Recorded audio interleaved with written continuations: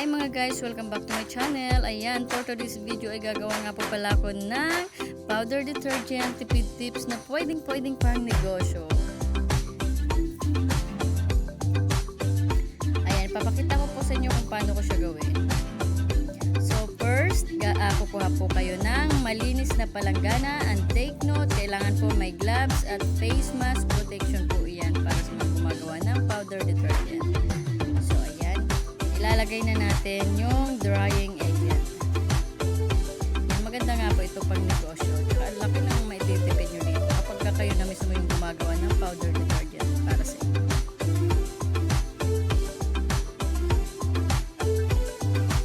Ayan. And the next natin ilagay ay foam buster. Madali lang po itong gawin. So sa mga hindi pa po nakakaalam, panoorin nyo po hanggang dulo yung video ko para magkaroon po kayo ng idea.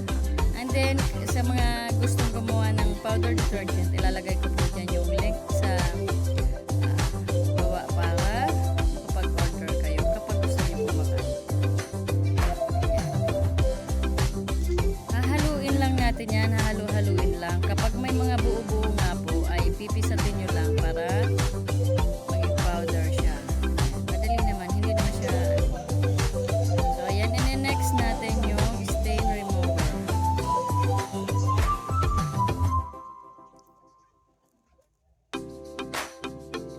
Ganito na nga guys yung aking mga ginagawa. Pati nga po yung paggawa ng liquid, dishwashing liquid. Ayun. Ako na lang din ang gumagawa kasi ang laki ng naititipid namin. Tapos ginagawa ko rin siyang pang negosyo. Tipid tips na pwedeng pang negosyo.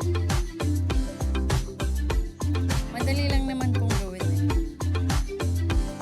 Sa mga gusto pong magkaroon ng munting negosyo na pwedeng lumaki, ito po, pwede po ito sa inyo. So, ayan, next natin yung surfactant. Ayan. Madali lang naman po siyang gawin, hahaluin lang maigi. Tsaka nga po, pagka may mga buo-buo, pipisatin nyo lang para madurog. Haluin lang na maigi. Tsaka para sa akin guys, napakagandang gamitin ito. Mabula, mabango. Kami nga hindi na gumagamit ng downy. Sa uniform na lang ni daddy yung downy na ginagamit. Pero pag mga damit namin, hindi na namin lalagay. So ayan, next natin yung spiegels. Ayan. Ibubud-bud lang natin. Ganyan lang naman, kadali.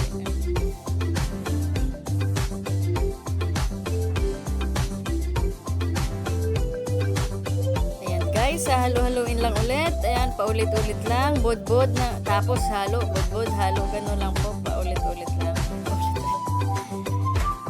Ayan. At ang last but not the least, ayan, yung Tide Skin po. Pwede po kayong mamili kung anong gusto yung skin. Ariel or Tide. Whatever you want, pwede po na skin. Pero para sa akin, napakabango po ng Tide tsaka Ariel yung ginagawa ko. Mabenta nga ito sa akin.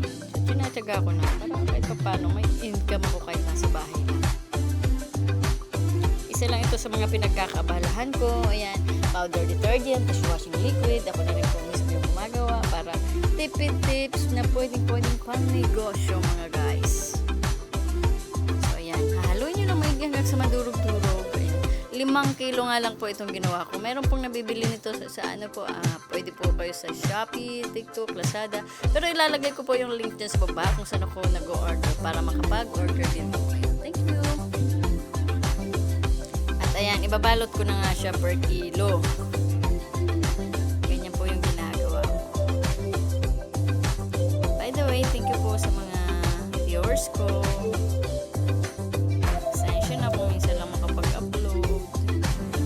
Libangan ko lang.